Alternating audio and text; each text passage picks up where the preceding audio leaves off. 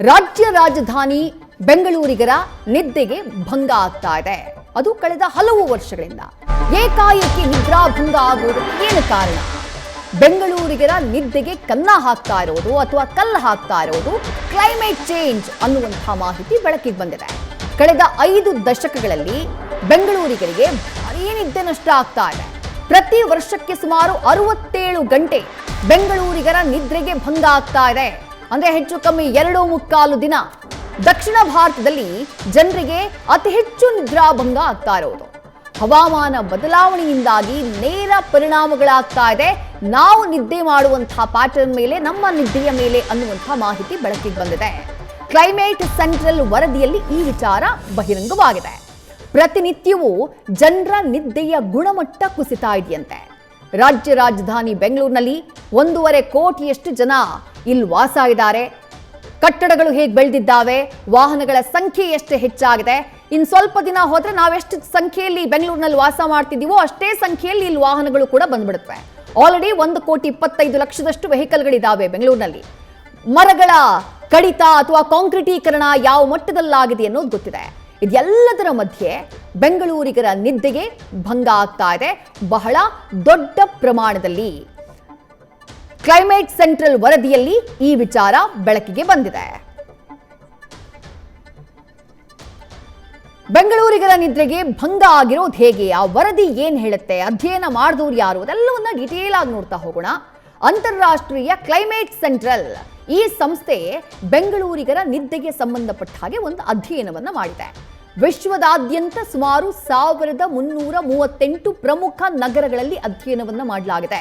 ಅಂದ್ರೆ ರಾಜ್ಯ ರಾಜಧಾನಿ ಬೆಂಗಳೂರು ಮಾತ್ರ ಅಲ್ಲ, ಭಾರತದ ಹಲವು ಪ್ರಮುಖ ನಗರಗಳೂ ಸೇರಿದಂತೆ ವಿಶ್ವಾದ್ಯಂತ ಸುಮಾರು 1338 ನಗರಗಳಲ್ಲಿ ಈ ಅಧ್ಯಯನವನ್ನ ಮಾಡಲಾಗಿರೋದು.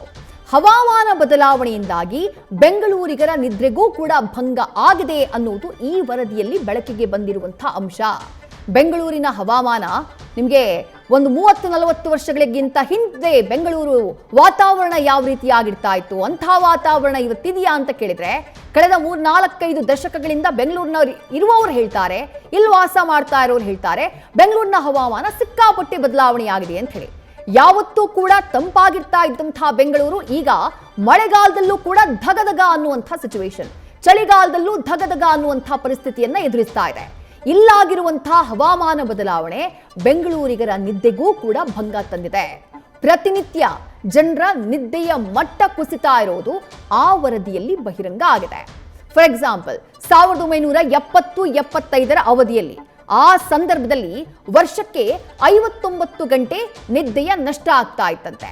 2020-25 ನಡುವೆ ಅದು 67 ಗಂಟೆಗಳಷ್ಟು ಸದ್ಯ ಏರಿಕೆಯಾಗಿದೆ. ಅಂದ್ರೆ 67 ಗಂಟೆ ವರ್ಷಕ್ಕೆ ನಮ್ಮ ನಿದ್ದೆ ನಷ್ಟವಾಗ್ತಾ ಇದೆ. ಸ್ಲೀಪ್ ಡಿಸ್ಟರ್ಬೆನ್ಸ್ ಅಷ್ಟರ ಮಟ್ಟಿಗೆ ಹೆಚ್ಚಾಗಿದೆ. ಯಾವ ಕಾರಣಕ್ಕೆ ಅಂತ ಕೇಳಿದ್ರೆ ಬಹಳ ಪ್ರಮುಖವಾಗಿ ಉಲ್ಲೇಖವಾಗಿರುವುದು ಆ ವರದಿಯಲ್ಲಿ ರಾತ್ರಿ ಸಂದರ್ಭದಲ್ಲಿ ತಾಪಮಾನ ಹೆಚ್ಚಾಗಿರುವುದೇ ಇದಕ್ಕೆ ಪ್ರಮುಖ ಕಾರಣ. 1 ಸೆಕೆಂಡ್ ಫ್ಯಾನ್ ಆಫ್ ಆಗ್ಬಿಟ್ರು ಅಥವಾ ಪವರ್ ಹೋಗ್ಬಿಟ್ರು ಶೆಕೆಯಾಗೋದಕ್ಕೆ ಶುರುವಾಗುತ್ತೆ, ಧಗಧಗಿಸೋದಕ್ಕೆ ಶುರುವಾಗುತ್ತೆ ರೂಮ್. ಅಂದ್ರೆ ಆ ರೀತಿಯಾದಂತಹ ಒಂದು ಶಾಖೋತ್ಪನ್ನ ಏನಿದೆ ನಿದ್ದೆಗೆ ಕನ್ನ ಹಾಕ್ತಾ ಇದೆ, ನಿದ್ದೆಗೆ ಕಲ್ಲು ಹಾಕ್ತಾ ಇದೆ. ಕೇವಲ ಬೆಂಗಳೂರು ಮಾತ್ರ ಅಲ್ಲ, ಬೇರೆ ಬೇರೆ ಭಾಗಗಳಲ್ಲಿ, ಬೇರೆ ಬೇರೆ ನಗರಗಳಲ್ಲಿ ಯಾವ ರೀತಿಯಾದಂತಹ ವರದಿಯನ್ನ ಈ ಒಂದು ಅಧ್ಯಯನ ಸಂಸ್ಥೆ ನೀಡಿದೆ ಅನ್ನೋದನ್ನ ಕೂಡ ನೋಡ್ತಾ ಹೋಗೋಣ. ಅಂತಾರಾಷ್ಟ್ರೀಯ ಕ್ಲೈಮೇಟ್ ಸೆಂಟ್ರಲ್ ಇವರು ಮಾಡಿದಂಥ ಅಧ್ಯಯನ, ಆ ಅಧ್ಯಯನ ವರದಿಯಲ್ಲಿ ಯಾವ ನಗರದಲ್ಲಿ ಎಷ್ಟು ಗಂಟೆ ನಿದ್ದೆ ನಷ್ಟವಾಗ್ತಾ ಇದೆ ಅನ್ನೋದರ ಉಲ್ಲೇಖ ಇದೆ. ಪ್ರಮುಖವಾಗಿ ಚೆನ್ನೈ ನಗರದಲ್ಲಿ ವರ್ಷಕ್ಕೆ 93 ಗಂಟೆ ನಿದ್ದೆ ನಷ್ಟವಾಗ್ತಾ ಇದೆಯಂತೆ. ಹಂಗ ಹೋಲಿಕೆ ಮಾಡಿದ್ರೆ ಬೆಂಗಳೂರು ವಾಸಿ ವರ್ಷಕ್ಕೆ 67 ಗಂಟೆ. ಚೆನ್ನೈ ದಕ್ಷಿಣ ಭಾರತದಲ್ಲಿ ಮೊದಲ ಸ್ಥಾನದಲ್ಲಿ ನಿಲ್ತಾ ಇದೆ, 93 ಗಂಟೆ ನಿದ್ದೆ ನಷ್ಟವಾಗ್ತಾ ಇದೆ. 2ನೇ ಸ್ಥಾನದಲ್ಲಿರುವಂತಹ ಭಾರತದ ನಗರ ಯಾವುದು ನಿದ್ದೆಯ ಸ್ಲೀಪ್ ಡಿಸ್ಟರ್ಬೆನ್ಸ್ ನಲ್ಲಿ? ಅದು ಮುಂಬೈ. ವರ್ಷಕ್ಕೆ ಸುಮಾರು 84 ಗಂಟೆ ಆ ಮಹಾನಗರದಲ್ಲಿ ವಾಸ ಮಾಡ್ತಾ ಇರುವಂತಹ ಜನ ಸರಾಸರಿಯಾಗಿ 84 ಗಂಟೆ ನಿದ್ದೆಯನ್ನ ಕಳ್ಕೊಳ್ತಾ ಇದ್ದಾರೆ. ನೆಕ್ಸ್ಟ್ ಬರುವಂತಹ ನಗರ ಯಾವುದು ಅಂತ ಕೇಳಿದ್ರೆ ಅದು ಪಶ್ಚಿಮ ಬಂಗಾಳದ ರಾಜಧಾನಿ ಕೋಲ್ಕತ್ತಾದಲ್ಲಿ ಸುಮಾರು 80 ಗಂಟೆ ನಿದ್ದೆ ನಷ್ಟವಾಗ್ತಾ ಇದೆ. ಮೊದಲಿಗೆ ಚೆನ್ನೈ, ಆನಂತರ ಮುಂಬೈ, ಅದಾದ ನಂತರ ಬರುವುದು ಕೋಲ್ಕತ್ತಾ. ಅದಾದ ಬಳಿಕದ ಆ ನಗರವೇ ನಮ್ಮ ಬೆಂಗಳೂರು. ನಮ್ಮ ಬೆಂಗಳೂರಿನಲ್ಲಿ ವರ್ಷಕ್ಕೆ ಬೆಂಗಳೂರಿಗರು ಕಳ್ಕೊಳ್ತಾ ಇರುವಂತಹ ನಿದ್ದೆ ಸುಮಾರು 67 ಗಂಟೆಯಷ್ಟು. ಕಾರಣ ಏನು ಅಂತ ಕೇಳಿದ್ರೆ ಹವಾಮಾನದಲ್ಲಾಗಿರುವಂತಹ ಬದಲಾವಣೆ. ಬೆಂಗಳೂರು ಹಂತ ಹಂತವಾಗಿ ಬೆಳೀತಾ ಹೋಯಿತು. ಬೆಂಗಳೂರು ಜನಸಂಖ್ಯೆ ಏರಿಕೆಯಾಗ್ತಾ ಹೋಯಿತು. ಬೆಂಗಳೂರಿನಲ್ಲಿ ಕಟ್ಟಡಗಳ ಏರಿಕೆಯಾಗ್ತಾ ಹೋಯಿತು. ಬೆಂಗಳೂರಿನಲ್ಲಿ ಸಾವಿರಾರು ಸಂಖ್ಯೆಯಲ್ಲಿದ್ದಂತಹ ಕೆರೆಗಳ ಎಲ್ಲಿ ಮಾಯವಾಗಿದೆಯೋ ಗೊತ್ತಿಲ್ಲ. ಬೆಂಗಳೂರಿನಲ್ಲಿದ್ದಂತಹ ಸಾವಿರಾರು ಸಂಖ್ಯೆಯ ಮರಗಳು ಅದು ಹೇಗೆ ಕಾಂಕ್ರೀಟೀಕರಣ ಆಗ್ಬಿಡ್ತು ಅಭಿವೃದ್ಧಿಯ ಹೆಸರಿನಲ್ಲಿ ಅನ್ನೋದೇ ಗೊತ್ತಾಗ್ಲಿಲ್ಲ. ಅದೆಲ್ಲದರ ಪರಿಣಾಮ ಇಲ್ಲಿ ವಾಸ ಮಾಡ್ತಾ ಇರುವಂತಹ ಜನರ ಆರೋಗ್ಯದ ಮೇಲಷ್ಟೇ ಅಲ್ಲ, ಅವರ ನಿದ್ದೆಯ ಮೇಲೂ ಅದು ಪರಿಣಾಮವನ್ನ ಬೀರ್ತಾ ಇದೆ. ಸರಿ, ಹಾಗಾದ್ರೆ ಏನೇನು ಸಮಸ್ಯೆಗಳಾಗ್ತಾ ಇದೆ, ಯಾವ ರೀತಿಯಾಗಿ ಸಮಸ್ಯೆಗಳು ಕಾಡ್ತಾ ಇದೆ? ಒಂದು, ಇದೆಲ್ಲದರ ಕಾರಣದಿಂದಾಗಿ ಹವಾಮಾನ ಬದಲಾವಣೆ ಜೊತೆಗೆ ಈ ಎಲ್ಲ ರೀಸನ್ಗಳ ಕಾರಣದಿಂದಾಗಿ ನಿದ್ದೆ ಬರೋದೇ ವಿಳಂಬ ಆಗ್ತಾ ಇದೆ. ನೀವು ಸಾಮಾನ್ಯವಾಗಿ ಈ ಹಳ್ಳಿ ಕಡೆಗಳಲ್ಲಿ ಅಥವಾ ಮಲೆನಾಡು ಭಾಗನೋ ಕರಾವಳಿ ಭಾಗನೋ ಅಥವಾ ಬೇರೆ ನೀವು ಉತ್ತರ ಕರ್ನಾಟಕ ಭಾಗಕ್ಕೆ ಹೋದ್ರೂ ಅಷ್ಟೇ, ರಾತ್ರಿ 9:30 10 ಗಂಟೆ ಆಯ್ತು ಅಂತಂದ್ರೆ ಮನೇಲಿ ಎಲ್ಲರೂ ಮಲ್ಕೊಂಡ್ಬಿಡ್ತಾರೆ. ಬಟ್ ಬೆಂಗಳೂರು ಮಹಾನಗರ ಮಲಗೋದೇ ತಡ. ಹಾಗೆ ಮಲಗೋಕ್ ಹೊರಟರೂ ಕೂಡ ನಿದ್ದೆ ಬರೋದೇ ಬಹಳ ವಿಳಂಬ ಆಗ್ತಾ ಇದೆ ಇಲ್ಲಿರುವಂತಹ ಜನರಿಗೆ. ಒಂದು, ನಿದ್ದೆ ಬರೋ ತಡ ಆಗ್ತಾ ಇದೆ. ಎರಡನೇ ಪಾಯಿಂಟ್ ಏನು, ಒಂದು ಸಲ ನಿದ್ದೆ ಬಂದ್ರೂ ಮಿಡಲ್ ನಲ್ಲಿ ಎಚ್ಚರ ಆಗ್ಬಿಡುತ್ತೆ. ಎಚ್ಚರ ಆದ್ರೆ ಮತ್ತೆ ನಿದ್ದೆ ಬರೋಕೆ ಮತ್ತು 1 ಗಂಟೆ ಸಮಯ, ಅರ್ಧ ಗಂಟೆ ಸಮಯ, 2 ಗಂಟೆ ಸಮಯ, ಆ ಒದ್ದಾಟ, ಈ ರೀತಿಯಾದಂತಹ ಲಕ್ಷಣಗಳು ಹೆಚ್ಚಾಗ್ತಾ ಇದ್ದಾವೆ. ಮೂರನೇ ಸಮಸ್ಯೆ ಏನು, ಆಳವಾದಂತಹ ನಿದ್ದೆಯ ಪ್ರಮಾಣ ಇಳಿಕೆಯಾಗ್ತಾ ಇದೆ. ಡೀಪ್ ಸ್ಲೀಪ್ ಅಂದ್ರೆ ಹೇಗೆ, ಒಂದು ಸಲ 10 ಗಂಟೆ ಅಷ್ಟೊತ್ತಿಗೆ ನಾವು ಮಲ್ಕೊಂಡ್ವಿ ಅಂತಂದ್ರೆ ಕೆಲವೊಂದ್ಸಲ ಬಹಳ ದಣಿವಾಗಿದ್ದಾಗ ಬೆಳಗ್ಗೆ ಮತ್ತೆ 6 ಗಂಟೆ 7 ಗಂಟೆಗೆ ಎಚ್ಚರ ಆಗೋದು. ಮಿಡಲ್ ನಲ್ಲಿ ಒಂದು ಸಲಾನು ಎಚ್ಚರ ಆಗೋದಿಲ್ಲ. ಅಂಥದ್ದೊಂದು ಆಳವಾದಂತಹ ನಿದ್ದೆ, ಅಬ್ಬಾ ಏನ್ ಸುಖವಾಗಿ ನಿದ್ದೆ ಬಂದ್ಬಿಡ್ತು ಅಂತ ಮಾತಾಡ್ತೀವಿ. ಅಂತಹ ಸುಖವಾದ ನಿದ್ರೆಯೇ ಮಾಯವಾಗ್ತಾ ಇದೆ ಬೆಂಗಳೂರಿನಲ್ಲಿ. ಆಳವಾದಂತಹ ನಿದ್ದೆಯ ಪ್ರಮಾಣ, ಡೀಪ್ ಸ್ಲೀಪ್ ಪ್ರಮಾಣ ಬಹಳ ದೊಡ್ಡ ಮಟ್ಟದಲ್ಲಿ ಕಡಿಮೆಯಾಗಿದೆ ಅನ್ನೋದನ್ನ ಅಧ್ಯಯನ ವರದಿ ಹೇಳ್ತಾ ಇದೆ. ನಾಲ್ಕನೇ ಸಮಸ್ಯೆ ಏನು, ಬೆಳಗ್ಗೆ ಎದ್ದಾಗ ಏನೋ ಒಂಥರ ದಣಿವು. ಯೂಶುವಲ್ ಆಗಿ ನಿದ್ದೆ ಮಾಡಿ ಎದ್ದಾಗ ನಮ್ಮಲ್ಲೊಂದು ಉತ್ಸಾಹ ಇರುತ್ತೆ, ಯಾಕಂದ್ರೆ ಆ ದೇಹಕ್ಕೆ ಆಯಾಸ ಆಗಿರುತ್ತೆ, ಹಾಗಾಗಿ ನಿದ್ದೆ ಮಾಡಿರ್ತೀವಿ. ಎದ್ದಂಥ ಟೈಮ್ನಲ್ಲಿ ಒಂದು ಫ್ರೆಶ್ನೆಸ್ ಇರಬೇಕು, ಹಾಗಾಗೋದಿಲ್ಲ. ಮೈ ಕೈ ನೋವು ಅಥವಾ ಸುಸ್ತು ಏನೋ ಒಂದು ಕಾಡೋದು. ಇತ್ತೀಚೆಗೆ ಈ ರೀತಿಯಾದಂತಹ ಪ್ರಕರಣಗಳ ಸಂಖ್ಯೆ ಹೆಚ್ಚಾಗ್ತಾ ಇದೆ. ಐದನೇ ಸಮಸ್ಯೆ ಏನು, ಕಣ್ಣುರಿಯಂಥ ಲಕ್ಷಣಗಳು ಕಾಣಿಸ್ತಾ ಇವೆ. ಅಂದ್ರೆ ಮೇ ಬಿ ಅತಿಯಾಗಿ ಮೊಬೈಲ್ ನೋಡೋದು ಅದಕ್ಕೆ ಕಾರಣ ಆಗಿರಬಹುದು. ಬೆಳಗ್ಗೆ ಎದ್ದಂಥ ಟೈಮ್ನಲ್ಲಿ ದಣಿವು ಮಾತ್ರ ಅಲ್ಲ, ಕಣ್ಣುರಿಯಂಥ ಲಕ್ಷಣಗಳು ಕೂಡ ಕಾಡ್ತಾ ಇದ್ದಾವೆ. ನಮ್ಮ ಜೊತೆಗೆ ತಜ್ಞ ವೈದ್ಯರಾದಂತಹ ಪ್ರಸನ್ನ ಅವರು ದೂರವಾಣಿ ಸಂಪರ್ಕದಲ್ಲಿ. ಸರ್ ನಮಸ್ಕಾರ. ನಮಸ್ತೆ ಸರ್, ಅಂತಾರಾಷ್ಟ್ರೀಯ ಕ್ಲೈಮೇಟ್ ಸೆಂಟ್ರಲ್ನ ವರದಿ ತಮ್ಮ ಗಮನಕ್ಕೆ ಬಂದಿದೆ ಅಂತ ಭಾವಿಸ್ತೀನಿ ಸರ್. ರಾಜ್ಯ ರಾಜಧಾನಿ ಬೆಂಗಳೂರು ಭಾರತದಲ್ಲಿ ಲಿಸ್ಟ್ ಮಾಡಿರುವಂತಹ ನಗರಗಳಲ್ಲಿ 4ನೇ ಸ್ಥಾನದಲ್ಲಿದೆ. ವರ್ಷಕ್ಕೆ ಬೆಂಗಳೂರಿಗರು ಸುಮಾರು 67 ಗಂಟೆ ನಿದ್ದೆಯನ್ನ ಕಳ್ಕೊಳ್ತಿದ್ದಾರಂತೆ. ಅಂದ್ರೆ ಅಷ್ಟು ಸ್ಲೀಪ್ ಡಿಸ್ಟರ್ಬೆನ್ಸ್ ಆಗ್ತಾ ಇದೆ ಅಂತ ಹೇಳಿ. ಯಾವ ಕಾರಣಗಳಿಗಾಗಿ ಇರಬಹುದು ಸರ್, ತಮಗೇನ್ ಅನ್ಸುತ್ತೆ ಅಂತ ಹೇಳಿ ಸರ್? ನೋಡಿ ವಿದ್ಯಾಶ್ರೀ, ನಮ್ಮ ಈ ಮೆಟ್ರೋ ಸಿಟಿಗಳಲ್ಲಿ ಏನಾಗುತ್ತೆ, ಜನ ಒಂದು ಯಾಂತ್ರೀಕರಣಕ್ಕೆ ಒಳಗಾಗ್ಬಿಟ್ಟು ನಮ್ಮ ಪರ್ಸನಲ್ ಹೆಲ್ತ್ ಗಳನ್ನ ನೋಡೋದನ್ನ ನಾವು ನೆಗ್ಲೆಕ್ಟ್ ಮಾಡ್ತೀವಿ.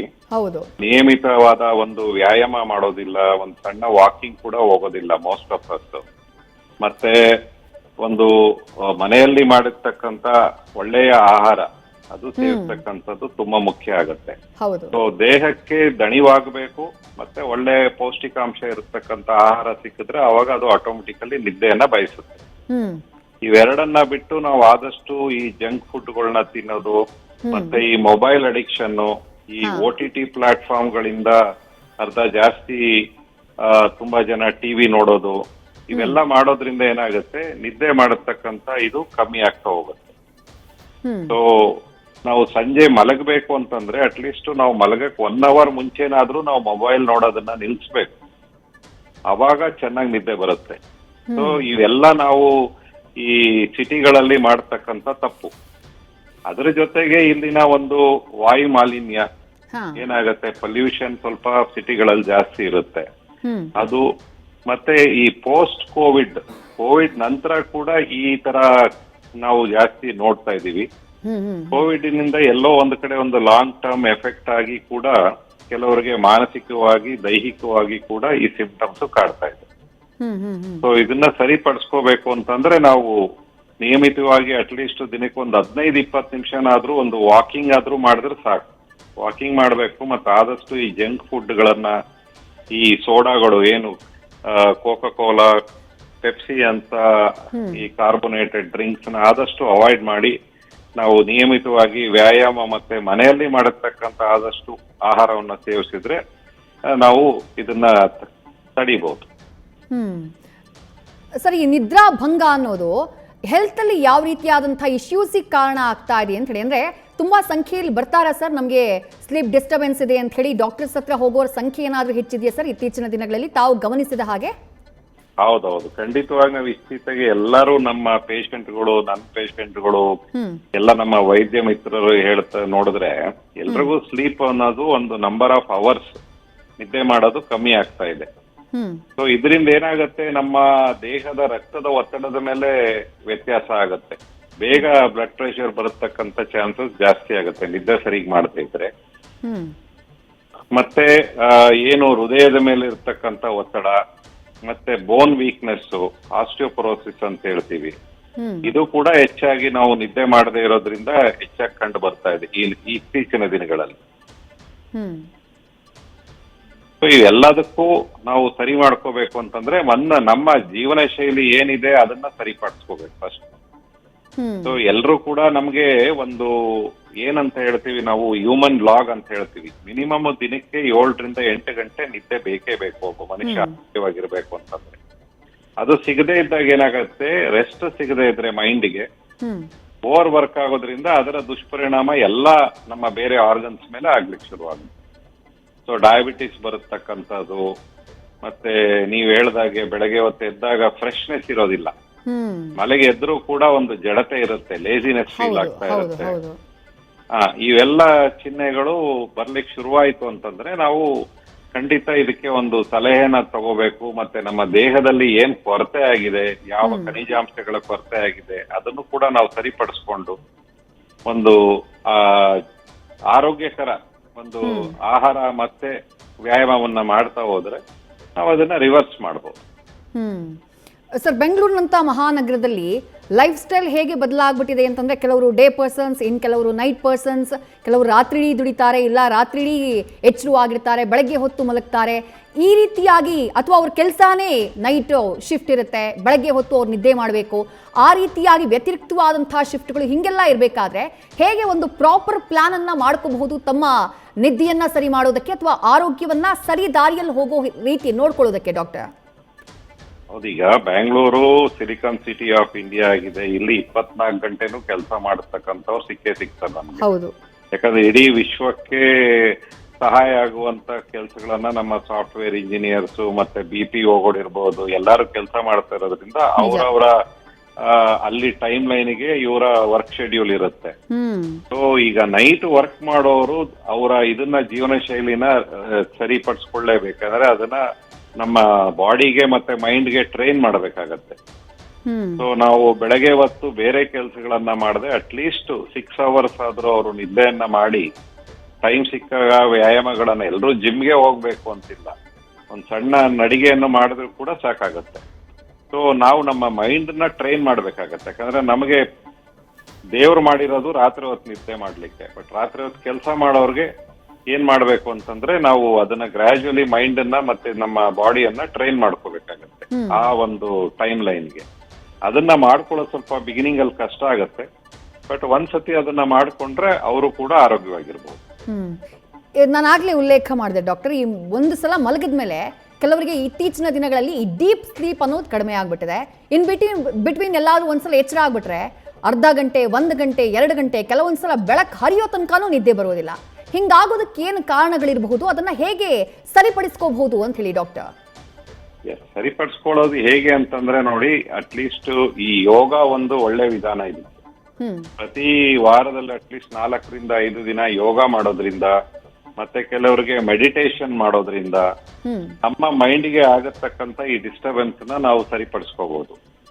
ಅವಾಗ ಕರೆಕ್ಟ್ ಆಗಿ ನಾವು ನಿದ್ದೆ ಮಾಡತಕ್ಕಂತ ಒಂದು ಸಮಯ ಏನಾಗುತ್ತೆ, ನಿಗದಿ ಆಗುತ್ತೆ, ಮತ್ತೆ ಅದಕ್ಕೆ ಬಾಡಿ ಹೊಂದಿಕೊಳ್ಳುತ್ತೆ. ಹೇಳ್ದಾಗೆ ನಾವು ಮಲಗೋದಕ್ಕೆ ಅಂತ ಮುಂಚೆ ಕೊನೆಯ ಕ್ಷಣದವರೆಗೂ ನಾವು ಟಿವಿಯಲ್ಲಿ ರೀಲ್ಸ್ ನೋಡೋದು ಅಥವಾ ಈ ಮೊಬೈಲ್ ಅನ್ನ ನೋಡ್ಕೊಂಡೇ ಮಲಗಿದ್ರೆ ಏನಾಗುತ್ತೆ, ಬ್ರೈನ್ ಡೀಪ್ ಸ್ಲೀಪ್ ಹೋಗೋದು ಕಮ್ಮಿ ಆಗ್ಬಿಡುತ್ತೆ.